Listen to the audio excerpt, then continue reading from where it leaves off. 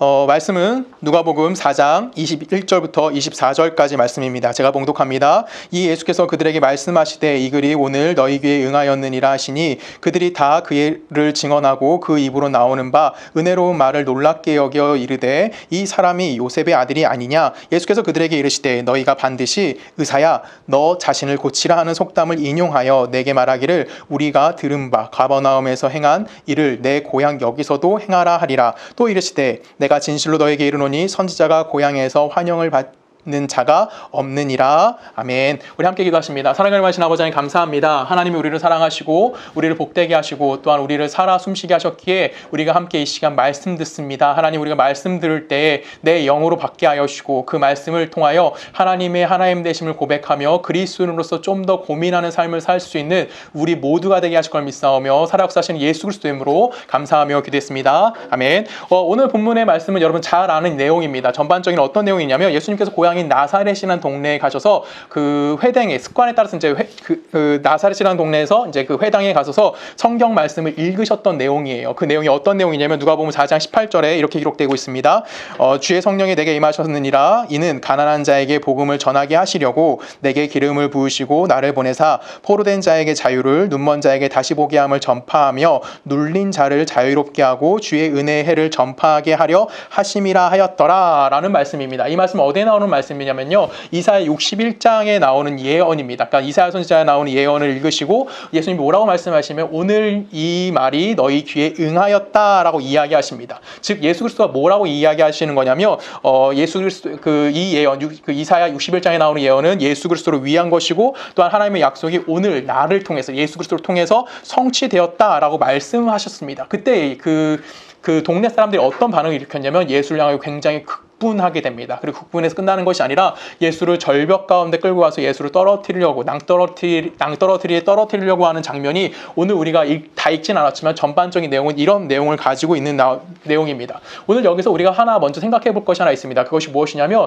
예수님이 오늘 가셨던 장소가 어디냐라는 것이죠. 바로 어디냐면 회당이라는 곳입니다. 이 회당이라는 곳은 헬라어로 쉬나고게라고 하는데 이 회당이 가지고 있는 의미는 너무나 많습니다. 그 중에서 가장 대표적인 걸 우리가 좀 생각해 봤으면 좋겠는데, 우리가 잘 알다시피 이스라엘이라는 나라는 어떻게 되냐면 하나님께서 이스라엘에게 언약을 맺으셨고 그 언약을 성취시키기 위해서 이스라엘을 뭐 하시냐면 출애굽시키십니다. 출애굽시키시고 이스라엘을 어디에 가게 되냐면 시내산이라는 곳에 가게 되고, 시내산에서 이스라엘은 하나님으로부터 명령을 받게 되는데 그 명령은 무엇이냐면 성막을 세우라는 것이었습니다. 이스라엘은 그 성막을 세우는 것을 약 1년 정도 그 시내산에 머무면서 성막을 하나님 앞에 세우게 됩니다. 그리고 이 성막은 어디까지 이어지게 되냐면 그 약속의 땅인 가나안 땅에 들어가서 솔로몬이 성전을 세울 때까지 이스라엘이 예배드렸던 장소가 어디냐면 이 성막을 중심으로 해서 그들이 예배를 드립니다. 이 성막은 핵심은 뭐였냐면 당연히 그 안에서 제사를 어떻게 드리냐라는 겁니다. 우리가 이제 10월 첫째 주부터 저와 함께 그 레위기 말씀을 같이 공부할 건데, 그때 배우는 이 제사법이나 이런 모든 예배에 관련된 것들이 이 성막을 중심으로 이루어지게 됩니다.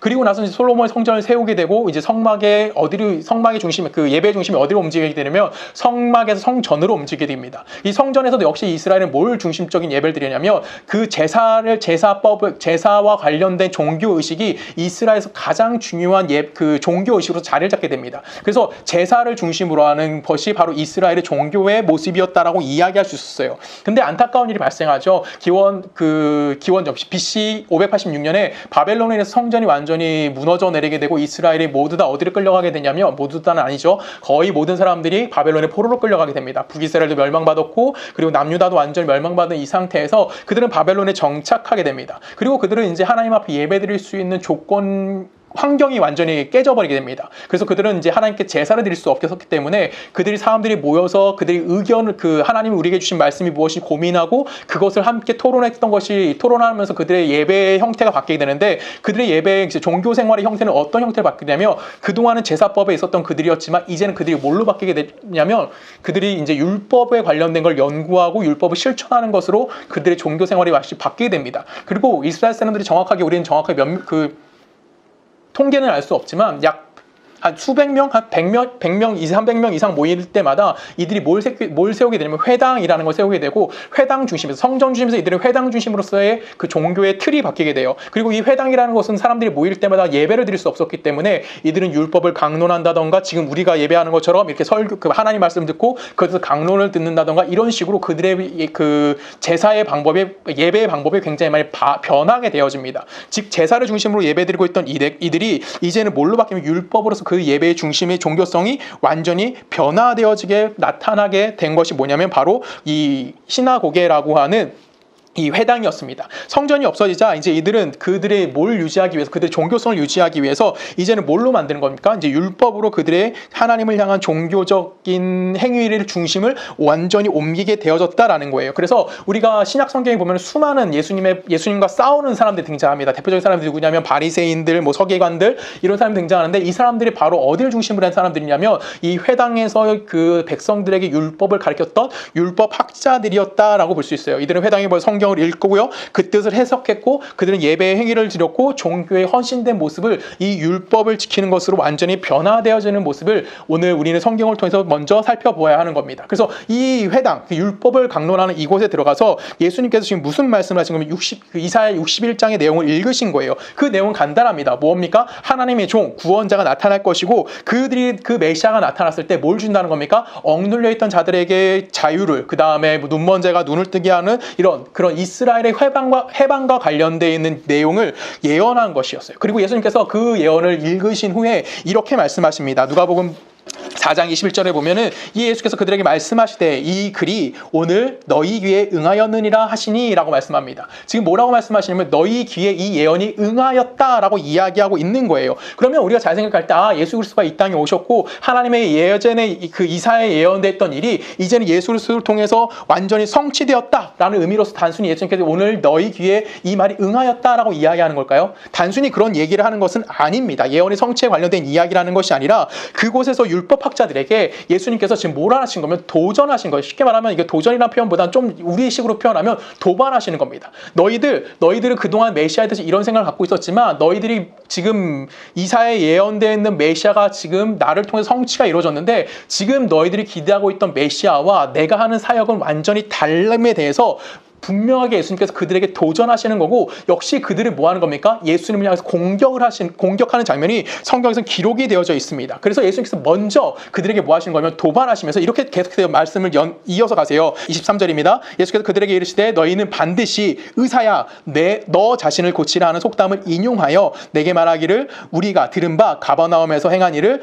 내 고향 여기서도 행하라 하리라 라고 말씀합니다. 지금 예수님께서 먼저 말씀하시는 거예요. 뭐라고 얘기하는 거냐면 너희들이 지금 의사야 너 자신을 고쳐라라는 속담을 인용해서 나를 공격할 거야 라고 말씀하시는 거예요. 이게 무슨 의미일까요? 이 의미는 간단합니다. 먼저 지금 여기서 뭐에 대해서 얘기하면 가버나움에서 행한 일을 내 고향에서 행하라라고 나에게 시키려고 하지, 나에게 말하려고 하지, 예수님이 그렇게 먼저 말씀하신 거예요. 그러면 이미 가버나움은 어떤 곳이냐라는 거 좀 생각해 볼 필요성이 있습니다. 예수님이 나신 건 아니지. 예수님 잘하신 그 나사렛이라는 동네는 알다시피 굉장히 가난한 동네입니다. 이 가난한 동네보다 조금 더 좀 더 발전, 엄청 잘 사는 동네는 아니에요. 가버나움이라는 동네도 좀 더 발달한 도시인데 이 좀 더 대도시에서 예수님께서 이미 사역을 좀 하신 거예요. 어떤 사역을 하셨을지 뻔하죠. 예수님 하실 사역은 뻔합니다. 병을 고치신다던가 귀신을 내어주신다던가 이런 기적적인 일을 하는 거예요. 그래서 지금 나사렛에 있는 사람들이 이야기를 하는 거죠. 뭐라고 이야기하는 거냐면 야, 그러면 네가 가버나움에서 행했던 그 기적을 우리에게도 좀 행해, 의사야 라고 예수님한테 얘기하는 거예요. 너 병을 좀 스스로 고쳐봐 라고 이야기를 하는 거예요. 이 얘기는 무슨 의미를 갖고 있는 걸까요? 예수님에게 지금 메시아라는 개념을 어떻게 이야기하고 있는 거냐면 이스라엘이 당하고 있는 속박과 억압으로부터 그들이 독립하는 겁니다. 그들이 어떤 독립을 이루는 것이 그들이 요구했던 메시아였습니까? 로마로부터 해방되는 거고 다윗 왕조의 그 모습을 영광을 회복하는 것, 그것이 이스라엘 백성들이 기다리고 있던 메시아의 모습이었어요. 그래서 예수인 네가 정말 메시아라며 지금 네가 가버나움에서 행했던 놀라운 기적들, 그런 신기한 일들을 지금 우리 눈앞에서 좀 행해봐. 그래서 그 행함을 통해서 정말 네가 메시아인 것을 증거해보라고 이야기할 것을 지금 예수님에게 요구할 것을 예수님 미리 알고 계셨다라는 거예요. 그래서 뭐라고 얘기하는 거예요? 의사야 내 병부터 고쳐라는 속담을 예수님 뭐 하는 거예요? 인용하심을 통해서 너희들이 원하는 메시아의 모습과 지금 내가 해야 될 일을, 내가 해야 될 사역은 분명히 다름에 대해서 이야기하시면서 연장선에서 뭐에 대해서 얘기하시죠? 그쵸? 선지자가 네 고향에 가서도 그 고향에 가서 환영받지 못한다라고 이야기를 하시는 거예요. 이거는 당연히 이스라엘의 역사적 배경을 갖고 있는 겁니다. 아까 잠깐 이야기 드렸지만 이스라엘은 성전과 성막을 중심으로 했던 제사와 관련된 행위, 제사 행위를 중심으로 한 종교성을 가지고 있었어요. 그래서 당연히 제사와 관련된 일을 했던 제사장들이 중심으로 그들이 신앙생활을 유지하고 있었습니다. 그들이 신앙을 열심히 유지하고 있었어요. 그들의 성전도 지었고요. 그들이 열심히 오제사를 지키면서 하나님 앞에 열심히 예배를 드렸습니다. 그런데 안타까운 건 무엇이냐면 이들의 종교성이 높아지면 높아질수록 신앙이 어떻게 됐을까요? 같이 성장하면 참 좋았는데 신앙의 타락을 이루고 맙니다. 제사장들도 타락이 이루어지게 되고 제사자들도 부패하게 됩니다. 그래서 어떻게 되게 되냐면 이들이 성전에 모여서 예배를 드렸어야 되는데 성전과 비슷한, 그러니까 성전은 되진 않지만 성전을 모방한 산당들을 곳곳에 만듭니다. 눈을 들어 산을 보아라, 너의 도움이 어디서 오느냐라는 그런 찬양, 여러분 다 아실 거예요. 시편 말씀인데 눈을 들어 산을 보아라. 왜 눈을 들어 산을 보라고 했을까요? 그 산에서 하나님의 은혜가 있었다는 것이 아니에요. 산의 웅장함을 보라는 것이 아니에요. 눈을 들어 산을 보라라고 이야기하는 것은 그 산에 있는 산당들을 보라는 거예요. 이스라엘이라는 나라는 그 산이 우리나라처럼 나무가 이렇게 큰 나무들이 서 있는 것이 아니에요. 민둥산이에요. 민둥산에 산당들이 엄청 많았다라는 거예요. 산당들을 쳐다봐봐. 너의 도움이 과연 어디서 오니? 그 산당에서 오니라고 시인이 엄청나게 안타까운 마음을 가지고 이야기했던 것이, 노래했던 것이 바로 눈을 들어 산을 보라는 겁니다. 근데 산에서 아무것도 올 수 없다. 산당들은 널 도울 수 없다는 거예요. 너희 도움은 오직 누구다? 여호와 하나님으로부터 온다라고 이야기했다는 거죠. 이처럼 이스라엘은 뭐 했냐면 산당을 세워놓고 우상 숭배하면서 하나님 앞에 예배하는 동일한 모습을 갖게 됩니다. 이들은 하나님을 섬긴다라고 이야기했지만 하나님의 힘을 끌어와서 그들의 요구를 들어주는 하나님으로 완전한 변질이 이루어지게 된 거예요. 그들은 종교적 열심을 가졌지만 그들의 모두 발생한 겁니까? 종교적 부패함도 동시적으로 일어나게 됐다는 겁니다. 이것은 단순히 그 이스라엘 초기 역사만 있는 것이 아니에요. 이스라엘 마지막 역사를 가면 갈수록 어떤 일이 발생합니까? 이 부패는 점점 더 심해집니다. 그래서 이사야 1장에 보면은 어떤 얘기가 나오죠? 하나님이 이스라엘 백성들이 이렇게 얘기해요. 나는 너희들이 제사가 드리는 거, 너희들이 예배 드리는 거, 너희들이 월상 예배 드리는 거, 너희들이 절기를 지키는 거 너무 싫어. 하나님 그 말씀하세요. 너희들이 나한테 와서 이런 종교성 활동하는 거, 이중적인 잣대를 갖고 와서 정말 나를 보지 않고 그냥 어떠한 힘으로만 보고 있는 거 나 너무 싫어. 난 너희들이 예배를 드리지 않았으면 좋겠어 라고 이야기합니다.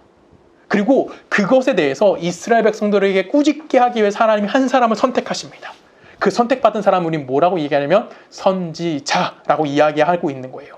그래서 이스라엘 민족에게 선지자라는 것은 썩 탐탁치 않은 인물이었어요. 그들은 아직도 종교성 그 제사가 아직도 성전을 중심으로 해서 이루어지고 있었습니다. 제사장도 분명히 존재하고 있지만 그들에게 뭐 하는 거예요? 그들이 잘못됐다고 이야기하는 거예요. 예를 들어서 이거예요. 어느 날 갑자기 조성과 여러분 서초동네교회라는 곳에 모여서 우리가 예배를 드리면서 되게 음란하고 방탕한 예배를 드리고 있었다고 칩시다. 여기서 뭐 불상도 세워놓고 여기도 뭐 알라신도 있고 뭐 예수님 십자가도 세워놓고 막 이러면서 우리가 함께 다 지금 좋다고 예배드리고 있었어요. 그리고 막 우리에게 뭐 복 주십시오라고 막 크게 기도하고 막 방어 기도하고 막 이랬다고 칩시다. 그때 갑자기 저희 집사람으로 할게요. 정지영이라는 저희 집사람에게 성령이 임합니다.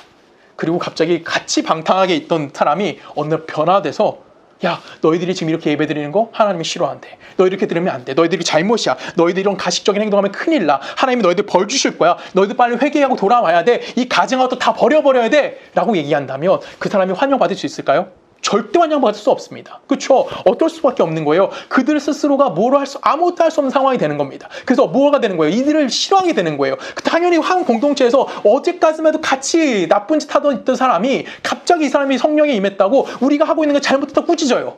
그럼 좋아할까요? 다 싫어합니다. 그래서 선지자가 고향에서 환영받지 못한다라는 것이 바로 이런 역사적 배경을 가지고 있었다라는 거예요.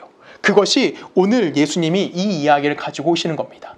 너희들이 기대하고 있는 메시아가 이런 모습이 아닌 거고 그것을 깨닫게 하기 위해서 내가 너희들에게 바르게 얘기하지만 아무도 나에 대해서 환영해 주지 않을 거야 라는 것을 우리들에게 이야기해 주는 거예요. 그것이 지금 예수님이 이 나사렛이라는 동네에서 예수님께서 이야기하시고 그 회당에서 하셨던 말씀의 핵심이 바로 이 안에 담겨 있다는 겁니다. 쉽게 얘기하면 우리 이스라엘 백성들이 너희들 갖고 있는 메시아에 대한 기대와 메시아인 내가 너희들이 행할 사역은 완전히 다름에 대해서 이야기해 주고 있는 거예요. 오늘 우리가 이것을 이해해야지만 무엇을 이해할 수 있는 거냐면 복음서에 나오는 수많은 예수 그리스도가 행하신 그런 기적들에 대해서 우리가 이해할 수 있다는 겁니다. 오늘 우리가 이 성경 말씀을 이해하지 못한다면, 나사렛에서 예수님께서 지금 하셨던 이 말씀을 이해하지 못한다면 우리는 성경을 접근할 수가 없는 거예요. 예수님의 기적을 뭘로만 볼 수밖에 없는 거냐면 메시아로서 그냥 어떠한 기적을 행했대, 한 능력을 갖고 계시대. 그래서 예수님한테 우리도 기도하면 병이 낫고, 예수님한테 우리가 뭐 하면 우리가 뭐 만사형을 통하고, 이런 정도의 개념으로밖에 예수님을 기억할 수밖에 없는 거, 기대할 수밖에 없다라는 거예요. 근데 오늘 예수님께서는 그것을 뭐 하시는 거예요?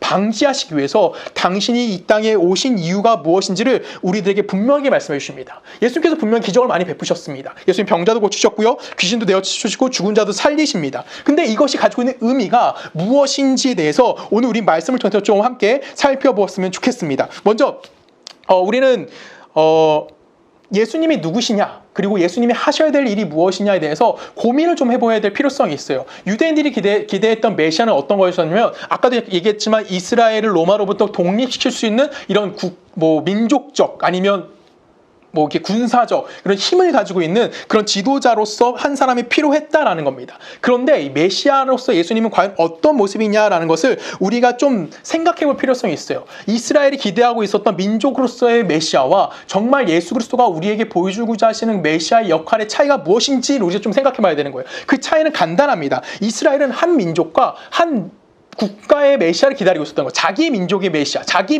나라의 메시아를 기다리고 있었는데, 예수님은 어느 한 민족이나 국가의 구원자로 이 땅에 오신 것이 아니다라고 이야기하고 있는 거예요. 잘 생각해 보시죠. 지금 누가가 데오빌로라는 사람한테 편지를 쓴 거예요. 데오빌로 각하에게 편지를 씁니다. 그리고 이 데오빌로 각하에게 지금 메시아 사역이 무엇인지 설명을 해주는 장면인 거예요. 여러분 생각해 보십시오. 데오빌로라는 사람은 어떤 사람입니까? 로마 시민이었어요. 당시 힘이었다고 이야기하는 로마 시민이었고, 그는 고급 관리 중에 한 사람이라고 우리는 추측할 수 있다고 말씀드렸습니다.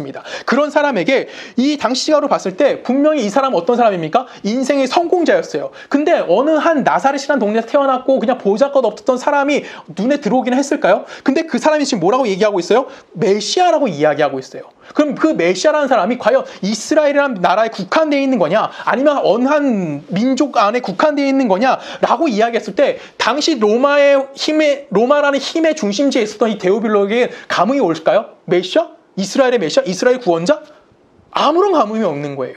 예수가 이 땅에 오셨다라는 것은 무슨 의미를 갖고 있는 거냐면, 어느 한 민족이나 어느 한 국가의 문제를 해결해 주시고 그들을 구원해 주시기 오셨다는 것이 아니라 온 인류에 해당되는 근본적인 문제에 대해서 그거에 대한 해답을 제시해 주기 위해서 예수님이 어디 오셨다는 거예요? 이 땅 가운데 오셨다라는 거예요. 예수가 이 땅에 오셔서 뭘 고치십니까? 병을 고치십니다. 예수님이 이 땅에 오셔서 무엇을 내쫓으십니까? 몸에 들려있는 귀신들을 내어쫓으시는 거예요. 그건 뭘 의미하는 걸까요? 이 세상에서 아프지 않은 사람이 있을까요? 이 세상 어디에 귀신 들리지 않은 사람이 존재할까요? 악한 세력이 없는 곳이 있을까요? 모든 곳에 다 있습니다. 지금 이 땅 가운데는 코로나로 인해 많은 사람들이 다 병들어가고 있어요. 근데 그 모든 사람들을 위해서 뭘 이루시는 겁니까? 예수님은 병을 고치시고요, 예수님 또 뭐라고 계시는 거예요? 악한 세력들을 내어 쫓으시는 모습들이 보여주고 있다는 거예요. 이거는 모든 인간들에게, 모든 민족들에게 뭡니까? 공통적으로 근본적인 문제로 나타나고 있는 것들에 대해서 그 문제 해결자가 누구라는 거예요? 예수 그리스도가 그 문제를 해결하기 위해서 이 땅에 오셨다는 것을 이야기해 주는 거예요. 예수가 단순히 이스라엘의 한 민족의 해방자로서, 이스라엘의 한 민족의 구원자로만 보지 말라라고 이야기하는 거예요. 우리가 읽지는 않았지만 누가복음 4장 25절과 25절부터 27절에 보면 어떤 얘기냐면, 엘리사와 엘리야에 대한 이야기가 나옵니다. 엘리야 때 분명 3년 동안 가뭄이 들었어요. 그때 굶어 죽던 사람이 한두 명이었을까요? 수많은 사람들이 굶어 죽었을 거예요. 근데 이때 유독 딱 한 사람만 뒀습니다. 그렇죠? 엘리야가 누굴 돕습니까? 이스라엘의 영내에 살고 있던 사람 돕나요? 아니에요. 당시 적국이라고 이야기할 수 있는 시돈 땅에 살고 있는 한 과부를 돕는 게 누굽니까? 엘리야입니다. 엘리야는 이스라엘 사람인데 이스라엘 백성을 도운 것이 아니라 누굴 도와요? 적국이었던 시돈 땅에 있던 과부를 돕습니다. 그의 제자 엘리사 얘기도 나옵니다. 엘리사 때 이스라엘 땅에서 문둥병에 나병에 걸렸던 사람들이 한두 명이었을까요? 수많은 사람들이 나병에 걸려서 고통받고 있었을 거예요. 근데 엘리사 당시에 유일하게 나병이 치료받은 사람은 누굴까요? 그쵸, 아람의 군대 장관인 나아만만 치료받게 됩니다. 이건 무슨 얘기일까요? 어느 한 민족의 메시아로서 이 땅 가운데 예수님이 등장한 것이 아니라 온 인류를 향한 보편적인 문제, 병이든지 굶주림이든지 이것에 대해서 그것에 대해 근본적인 문제를 해결할 수 있는 분이 누구다? 예수 그리스도고 그것이 메시아로서 예수의 역할임에 대해서 지금 예수가 등장하고 있다는 겁니다. 이것을 여러분들이 잘 기억하시고 이것을 이해하셔야지만 우리가 앞으로 성경을 읽을 때, 특히 이제 그 사복음서를 읽을 때 예수님께서 하셨던 일에 대해서 예수를 믿으면 병 낫구나, 예수를 믿으면 복 받는구나, 예수를 믿으면 내가 경제로 좀 부유해지는구나, 이런 잘못된 이야기를 하지 않을 수 있다라는 거예요. 이스라엘 민족은 당연히 그런 메시아를 기다립니다. 어떤 메시아입니까? 로마로부터 해방할 수 있는 군사적 힘을 갖고 있는 자라. 그래서 다른 나라와 같이 독립국가적인 힘을 갖고 있는 그런 메시아를 기다렸지만 예수 그리스도는 뭐 하신 거예요? 그들에게 독립적인 힘을 주기 위해서 오신 분이 아니라는 거예요. 예수는 이 땅에 왜 오셨습니까? 인류의 죄를 해결해 주기 위해서, 죽을 수밖에 없는 인간들에게 죽음에서 생명으로 옮길 수 있는 길을 열기 위해서, 모든 인간들에게 그 길을 열어주시기 위해서 이 땅에 오신 분이 누구라는 거예요? 예수 그리스도라고 이야기하는 거예요. 그래서 예수님은 어떻게 됩니까? 유대인들한테 버림받게 돼요. 또 로마법에 의해서 어떻게 됩니까? 십자가에 달려 돌아가시게 된다는 거죠. 그러면 유대인들이 생각하고 있던 메시아의 모습이나 로마가 생각하고 있던 그런 어떠한 사람의 모습으로서 예수는 필요했던 사람입니까? 아니요. 전혀 필요하지 않다라는 거예요. 로마 사람에게도 필요하지 않은 사람이 예수였고요. 유대인들도 기대하지 않았던 사람이 누구예요? 바로 예수였어요. 양쪽 모든 나라에게 버림받은 사람이 누구냐면 예수 그리스도인 거고, 그거 십자가에 달려 죽은 예수가 우리들에게 보여주고 있는 모습이라는 거예요. 예수가 왜 굳이 그렇게 십자가에 달려 죽었으면 할까요? 그것은 우리가 메시아에 대해서 오해하고 있었기 때문에, 아니면 메시아에 대해서 인간의 요구가 있었기 때문에, 아니면 메시아에 대해서 우리가 왜곡된 정보를 가지고 메시아에 대한 기대감을 갖고 있었기 때문에, 그것에 대해서 예수님이 뭐 하는 겁니까? 그것을 깨주시기 위해서 진짜 메시아의 역할을 감수하시는 분, 감당할 수 있는 분, 그래서 나는 어디 죽는다? 십자가에 달려 죽는다라는 것을 우리들에게 이야기해 주시기 위해서 성경은 예수가 십자가에 달려 죽었던 사실을 모든 성경에서 기록하고 있는 겁니다. 로마서 6장으로 가볼까요? 로마서 6장 6절부터 9절입니다. 이렇게 얘기합니다. 우리가 알거니와 우리 옛사람이 예수와 함께 십자가에 못 박힌 것은 죄의 몸이 죽어 다시는 우리가 죄에게 종노릇하지 아니하려 함이니, 이는 죽은 자가 죄에서 벗어나 의롭다 하심을 얻었음이라. 만일 우리가 그리스도와 함께 죽었으며 또한 그와 함께 살 줄을 믿노니, 이는 그리스도께서 죽은 자 가운데서 살아나셨음에 다시 죽지 아니하시고 사망이 다시 그를 주장하지 못할 줄을 알미로다 라고 얘기합니다. 예수 그리스도가 이 땅에 오신 이유가 뭡니까? 민족의 해병을 위해서입니까? 국가의 정체성을 갖추기 위해서입니까? 아니면 정치적인 어떤 세력을 만들기 위해 오셨습니까? 절대 아닙니다. 예수님께서 이 땅에 오신 이유는 뭐예요? 우리를 죽음으로부터 뭐 하시는 겁니까? 죄의 종으로부터 해방해 주시기 위해서, 죽음으로부터 죄와 사망으로부터 우리를 뭐 하시는 겁니까? 구원해 주시기 위해서 예수가 이 땅에 오셨다라는 거예요.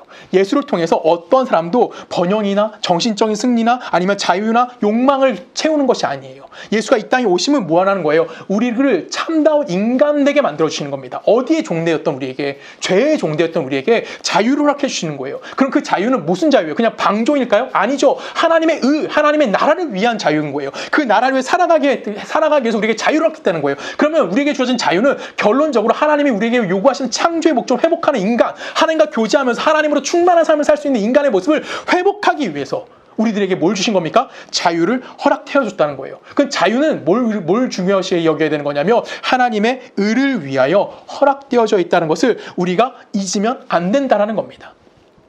미국의 1960년대 굉장히 암울했던 시기입니다. 왜 그러냐면 그들은 인종차별이 굉장히 심했어요. 특히 흑인에 대한 인종차별이 너무나 심했습니다. 이때 한 사람이 등장하죠. 우리가 잘 아는 마틴 루터 킹 목사님이라는 분이 등장을 합니다. 그리고 이 사람도 역시 흑인이셨고요. 이 사람이 흑인 차별에 대해서 이분이 문제를 어떻게 접근하냐면 단순히 흑인 차별의 문제로만 치부한 것이 아니라 인간의 존엄성에 대해, 인간성의 문제로 그 문제를 다룹니다. 그래서 우리가 잘 아는 그분의 대표적인 설교 있죠. I have a dream이라고 하는 그 설교는 아니죠. 그 연설문이 있는데 그가 가졌던 꿈이 뭘까요? 그 연설문에서 이렇게 얘기해요. 좀 긴데 다 읽진 않을게요. 나에겐 꿈이 있다. 나의 내 자식이 피부색이 아니라 인격에 따라 평가받는 나라에서 살게 되는 날이 언젠가 오리라는 꿈이다. 흑인 차별이라는 것으로 인간성을 확인하고 부정적이고 소극적인 정치성에서 벗어나자. 그리고 인간이 자신의 인간성과 정치성을 확인하는 것은 그것보다 고급한 것이어야 한다라고 이야기합니다. 이 연설은 미국에 있는 수많은 사람들이 감동을 줍니다. 그리고 그들이 인간의 존엄성이 피부 색깔에 있지 않고 인격에 있다는 것을 확인하는 거예요. 예수 그리스도가 이 땅에 오신 것도 이와 동일한 겁니다. 우리가 무엇을 확인하는 겁니까? 참다운 인간됨이 무엇인지, 참다운 인간으로서 해방이 무엇인지를 알게 해주시기 위해서 예수가 이 땅 가운데 오셨다는 거예요. 이걸 우리 현실적인 문제를 좀 쉽게 생각해 볼까요? 여러분, 지금 우리나라는 어쩔 수 없이 북한과 대치를 이루고 있습니다. 그렇죠? 분명히 우리나라는 전쟁의 위협 가운데 아직 살고 있는 나라예요. 여기서 자유해졌다고 이야기할 수는 없어요. 비록 군대가 좀 이게 뭐라 그러죠? 요즘 좀 안 좋다라고 이야기한다고 할지라도 우리는 분명히 북한과 대치를 이루고 있는 나라로 좀 불안한 정세를 갖고 있는 나라인 거 맞습니다. 그리고 이제 대통령 선거가 내년에 있어요. 그래서 뭐 좌파든 우파든, 그쵸? 민주당이든 뭐 어디죠? 갑자기 생각이 안 나네요. 국민의힘이든 이 둘이 엄청나게 싸워요. 누가 될지는 우리는 알지 못해요. 누군가 응원하는 사람도 있을 거예요. 여러분 각자 응원하는 사람도 있을 겁니다. 근데 그거는 누구 응원하는 사람 아무 상관없어요. 그렇죠? 우리는 누군가는 응원할 수 있어요. 근데 어느 누구가 대통령이 됐던 어느 누구가 뭘 하던 우리는 모두 다 동일하게 그 사람들도 똑같아요. 정치인들이나 국민들 모두 다 요구하는 건 딱 하나입니다. 뭐죠? 부국강명이에요. 그렇죠? 나라가 잘 사는 거고 강력한 군사력을 통해서 이 나라가 좀 더 안정적인 나라가 되는 겁니다. 자, 이제 다 거두절미하고 간단하게 얘기해서 그래서 어느 누가 될지 모르겠지만 내년에 우리나라 대통령이 바뀌게 되고 우리나라가 정말 모두가 원하는 부국강명을 이루었다고 칩시다. 그럼 너무나 감사한 일이죠. 그렇죠. 우리나라가 정말 세계에서 이제 선진국이 됐고요. 지금도 선진국이지만 더 높은 선진국의 위상을 갖고 국민성도 엄청나게 올라갔고 뭐 우리나라도 이제 전쟁의 위협 가운데 해방이 완전 자유함을 누렸습니다. 자, 질문. 우리나라가 그런 부국강명을 이루었다고 칠게요. 그런 부국강명을 이루었을 때 여러분들이 기독교 신앙을 가질 수 있으십니까? 오늘 성경은 이 질문을 여러분들에게 하는 거예요. 우리가 원하는 세상이 됐어요. 그러면 우리 안에서 기독교 신앙을 가질 수 있느냐라는 질문을 하는 거예요. 이것이 지금 이 나사렛에서 그 회당에서 예수님께서 이사야 61장의 이야기를 읽으시면서 유대인들과 마찰이 일어났던 그런 갈등이 이야기되는 그 원인이 여기에 있다는 거예요. 왜 그럴까요? 우리는 잘 생각해 보십시오. 예수가 우리가 깨달아야 될 건 뭐냐면 기독교를 동원해서 아니면은 뭐 정치적이나 사회적이나 경제적으로 성경에서는 아무런 근거가 없어요. 기독교를 동원하라는 말이 없어요. 근데 우리는 뭘 생각하고 있냐면 예수를 믿으면 우리는 경제적으로 잘 살 수 있는 나라가 될 거고 예수를 믿으면 우리는 어떤 일이 발생할 거라고 이야기를 해요. 대표적으로 우리가 많이 사용했던 게 뭐죠? 그렇죠? 유럽이란 나라를 봐봐. 미국이란 나라를 봐봐. 예수를 믿더니 부국강병을 잘 살았어. 저는 어릴 때부터 이런 얘기 너무 많이 들었어요. 그리고 예수 믿으면 잘 산대요. 예수 믿으면 부자가 된대요. 예수 믿으면 강력한 나라의 힘을 갖는 수 있대요. 근데 성경 어디에도 그런 내용이 나오질 않아요. 이스라엘은 그럼 어떻게 살았어야 돼요? 지금도 이스라엘은 나라가 가장 강력한 국가여야 되는 거예요. 지금도 예수님 당시 태어났던 그 유대인들이 세계를 주름잡고 있어야 되는 거예요. 근데 그들은 지금 어떤 모습이죠? 우리는 어떤 모습일까요? 성경은 오늘 우리들에게 이 질문을 하고 있는 거예요. 너희들이 예수를 믿었어. 그 예수를 통해서 너희들이 뭘 얻어낼 거야? 너희들 예수를 왜 믿어야 돼? 우리는 예수를 믿으면서 얻는 건 딱 하나예요. 우리가 부유하던, 가난하던, 배웠던, 배우지 못했던, 강자던, 약하던 우리에게 필요한 것은 예수를 벗어나서는 우리에게 주어지지 않는다라는 거. 오직 예수만이 우리에게 뭘 줄 수 있다는 거예요? 우리의 필요를 채워줄 수 있다는 거예요. 우리의 필요의 모든 것의 답은 누구 안에 있는 겁니까? 예수 그리스도 안에 있는 거예요. 우리가 예수에서 벗어나서 우리 안에서 평안을 누릴 수 있을까요? 아니요. 절대 그럴 수 없어요. 우리가 평안을 누리려면 누군가의 희생을 따라올 수밖에 없는 거예요. 예수님 당시 사회를 우리는 뭐라고 표현하냐면 팍스 로마나라고 이야기합니다. 여러분 팍스 로마나라는 뭐예요? 로마로 의한 평화예요. 여러분 로마 시대 때는 평화로웠어요. 왜 평화로웠죠? 로마라는 엄청난 힘이 세상을 힘으로 짓누르고 있어서 그 안에서 아무것도 할 수 없었어요. 로마가 유지하는 그 평화는 피지배국이었던 약소국가들의 희생이 따라왔다는 거예요. 그것이 뭐예요? 팍스 로마나예요. 아무것도 할 수 없는 평화로워 보이지만 그 안에 누군가가 핍박받고 누군가 고통당하고 누군가가 아플 수밖에 없는 누군가 희생을 강요하는 평화. 그것이 이 세상으로밖에 주어질 수밖에 없는 거라는 거죠. 근데 예수님은 이런 로마 사회를 향해서 정치적으로나 군사적으로나 사회적으로 아무런 일도 하지 않으셨어요. 예수가 진짜 우리가 요구하는 대로 이런 힘을 발휘하는 메시아였다면 예수는 칼 들고 나가 싸웠겠죠. 근데 예수는 뭐 하셨습니까? 그런 일을 한 번도 하지 않으셨어요. 그 예수는 뭐 하셨습니까? 십자가에 달려 돌아가십니다. 왜요? 예수가 오신 목적은 인간을 죄에서 꺼내기 위해서이기 때문이에요.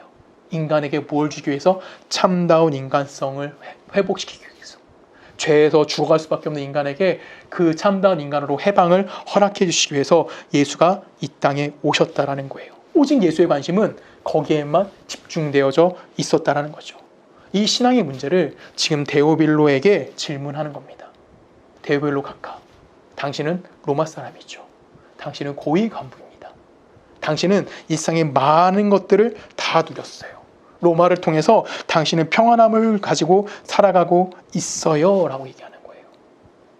근데 당신이 진짜 평화를 만들 수 있습니까? 라고 질문을 하는 겁니다. 예수와 반대되는 질문을 하는 거죠. 당신이 가지고 있는 모든 힘을 통해서 이 세상의 평화를 유지할 수 있습니까? 아니, 이 세상의 그 누군가에게 평화를 나눠줄 수 있습니까? 라고 질문하는 거예요. 근데 예수는 어떻게 했어요? 이 땅에 와서 병자를 고치시고요, 귀신을 져주시고요, 인간의 죄를 쫓아내시는 것으로 그분의 목적성을 달성하십니다. 인간의 참다운 인간성을 회복하는 걸로 이야기하는 거예요. 그리고 데오빌로에게 다시 한번 질문하는 겁니다. 당신이 진정한 이분 필요 없이, 진짜 이분 없이 살 수 있습니까? 라고 누가는 데오빌로에게 질문을 한 겁니다. 오늘 본문은 동일하게 여러분들에게 질문하는 거예요. 빌립보서 4장으로 가볼까요? 4장 4절입니다. 주 안에서 항상 기뻐하라. 내가 다시 말하노니 기뻐하라. 너희 관용을 모든 사람에게 알게 하라. 주께서 가까우시니라. 아무것도 염려하지 말고 다만 모든 일에 기도와 간구로 너희 구할 것을 감사함으로 하나님께 아뢰라. 그리하면 모든 지각에 뛰어난 하나님의 평강이 그리스도 예수 안에서 너희 마음과 생각을 지키시리라. 아멘. 우리 교회의 주제 성구기도 합니다. 너희 뭘 가지라요? 항상 기뻐하라. 너희 관용을 모든 사람에게 알게 하라. 여기서 중요한 단어들이 나와요. 어떤 단어가 나오죠? 평강, 감사, 관용, 이런 단어들이 나옵니다. 이 평강과 감사와 이 관용은 누구 안에서 이루어질 수 있다는 거예요? 예수 그리스도 안에서만 성립할 수 있는 내용이다라는 겁니다. 이 세상에서 있는 것이 아니라 예수 그리스도 안에서만 이것이 가능하다라고 이야기하는 거예요. 예수님은 당시 시각으로 보면 이스라엘 사람들이나 로마 사람들에게 아무런 도움이 되지 않아요. 이스라엘 백성이 기대했던 메시아의 모습도 아니었고요. 로마 정권을 뒤집어 엎을 만한 힘을 가지고 있던 존재도 아니었어요. 그냥 아무것도 아닌, 정말 보자가 없던 한 사람에 지나지 않았어요. 그런데 어떻다고요? 이 사람으로만, 유일하게 이 사람으로만 무엇이 이룰 수 있어요? 평강이 나타날 수 있고 감사가 나오고요, 관용이 나타날 수 있다는 거예요. 그리고 오늘 우리들에게도 질문하는 겁니다. 너희들이 예수를 믿고 있다면 지금 너희들의 삶은 그러하냐? 데오빌로에게 동일하게 물어보는 거예요. 데오빌로 각하여, 당신이 모든 걸 가졌는데 당신 안에서 이런 관용과 감사와 평강이 있습니까? 우리 서초동네 교회 성도들 여러분, 너희들 안에 이런 감사와 평강과 관용이 있으십니까? 라고 오늘 우리들에게 질문하고 있습니다. 우리는 끊임없이 신앙의 진정한 힘들을 너무 많이 놓치고 살 때가 많습니다.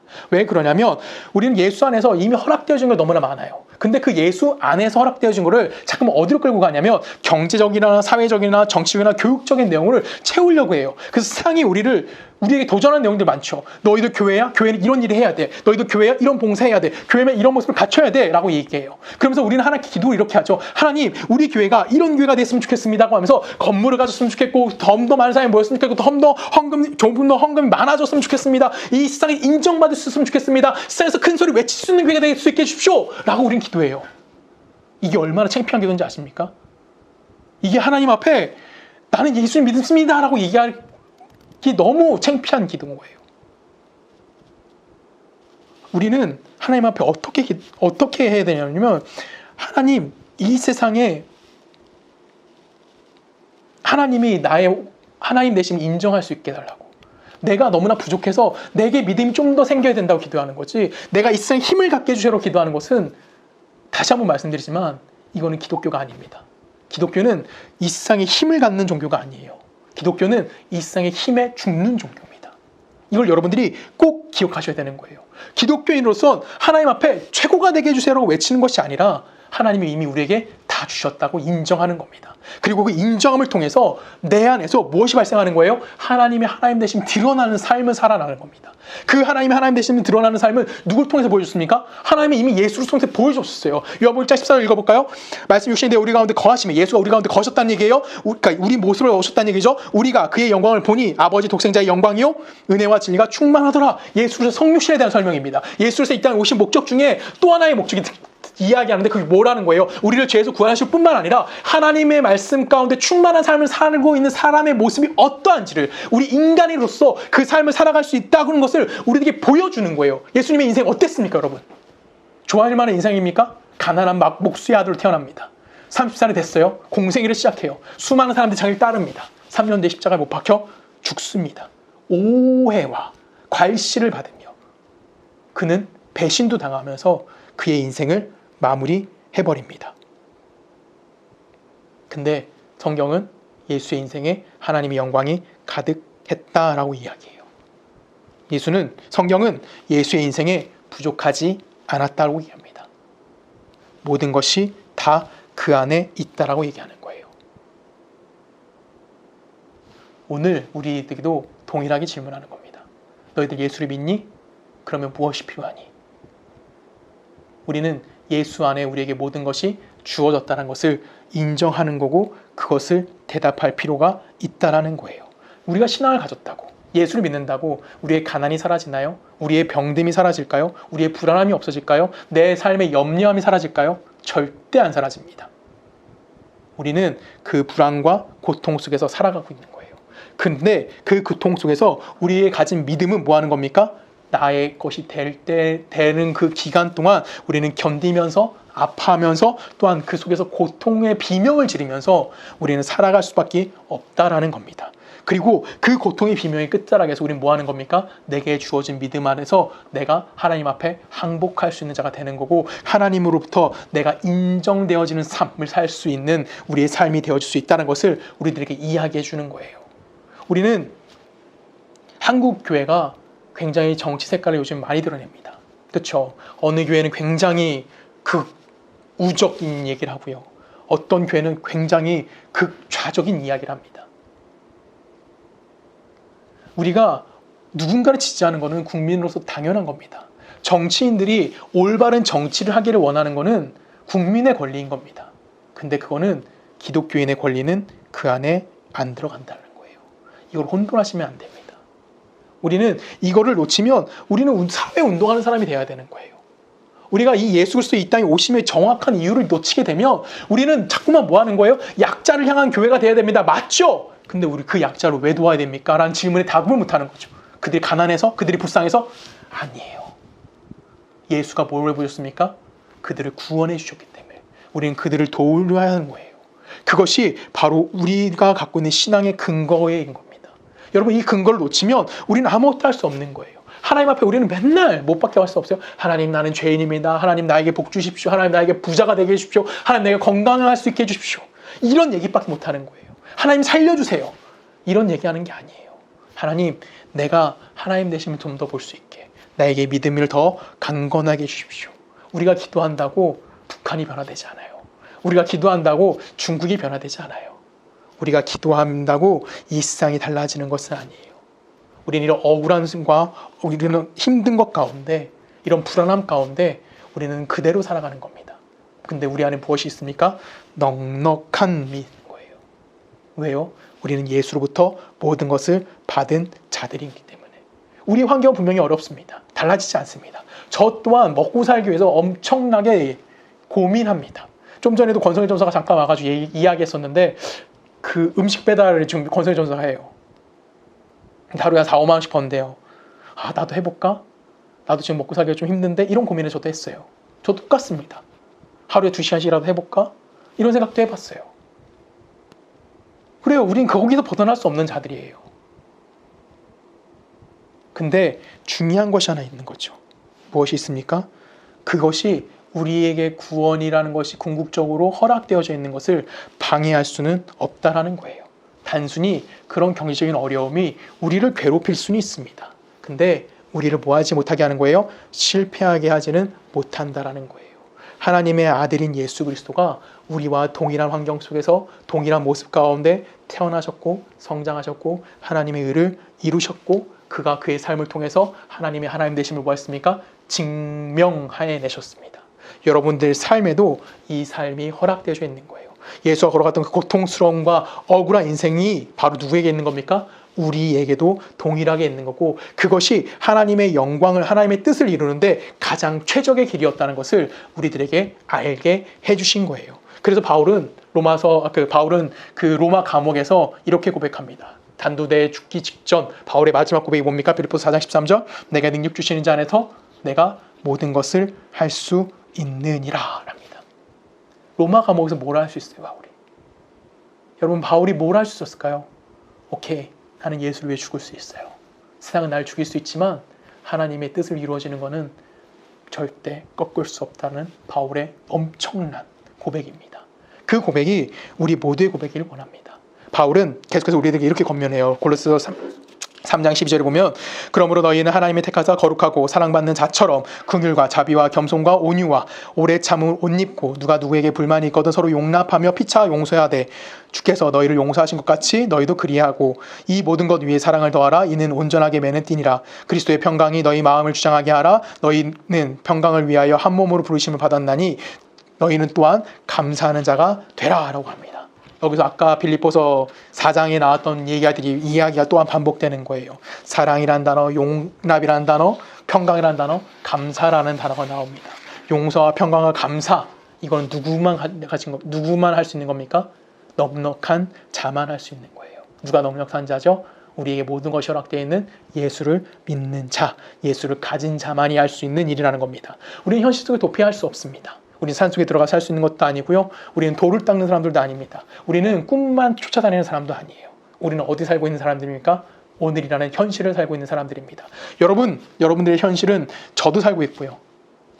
우리 모두가 함께 살고 있는 겁니다. 이 현실을 우리에게 이렇게 얘기해요. 너 그렇게 살면 망할 거야. 너 이렇게 살면 손해볼 거야. 그 도전 속에 우리는 뭐 하는 겁니까? 우리가 가지고 있는 진짜 내용이 무엇이고 진짜 힘이 무엇인지 고백할 수 있는 자들이에요. 그것이 오직 예수 그리스도인 된 우리들만이 누릴 수 있는 유일한 특권임을 여러분들이 꼭 기억하시면 좋겠습니다.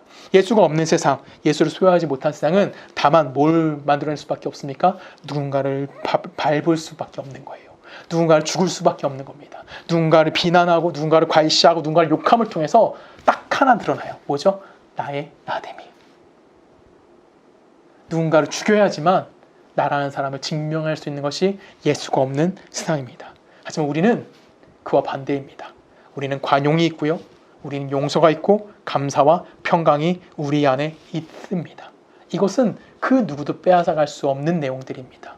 왜요? 우리 안에 누가 있습니까? 넉넉한 자, 예수 그리스도가 우리 안에 있는 거예요. 그래서 우리는 가진 자들입니다. 우리가 넉넉함이 있기 때문에 같이 다른 사람과 뭐 할 수 있는 겁니까? 공존할 수 있는 거예요.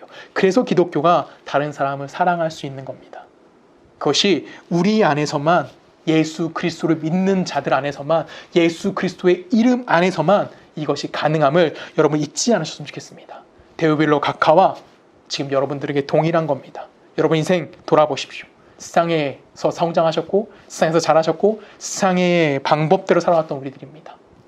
누군가를 죽여야만 했던 자들이었습니다. 근데 이제는 우리 안에 누가 있습니까? 예수 그리스도가 있습니다. 우리가 가진 것이 아무것도 아니라는 것을 이야기할 수 있어야 되는 거예요. 그리고 우리 삶의 진정한 답인 예수만을 붙들고 살 수 있는 여러분의 인생이 되기를 주님의 이름으로 간절히 부탁드립니다. 우리 함께 기도하십니다. 사랑의 마신 아버지 감사합니다. 우리 인생 사막의 음침한 골짜기를 다니고 있습니다. 하지만 내가 해를 두려워하지 않을 것은 주께서 나와 함께 하시기 때문입니다. 우리는 이 세상 가운데 너무나 많은 공격과 너무나 많은 어려움 가운데 살아갑니다. 하지만 예수 그리스도를 가진 자로서 이 세상을 넉넉함으로 관용과 용서와 감사와 평강을 나눌 수 있는 그런 우리 모두가 되어질 수 있도록 주님께서 함께하여 주시옵소서.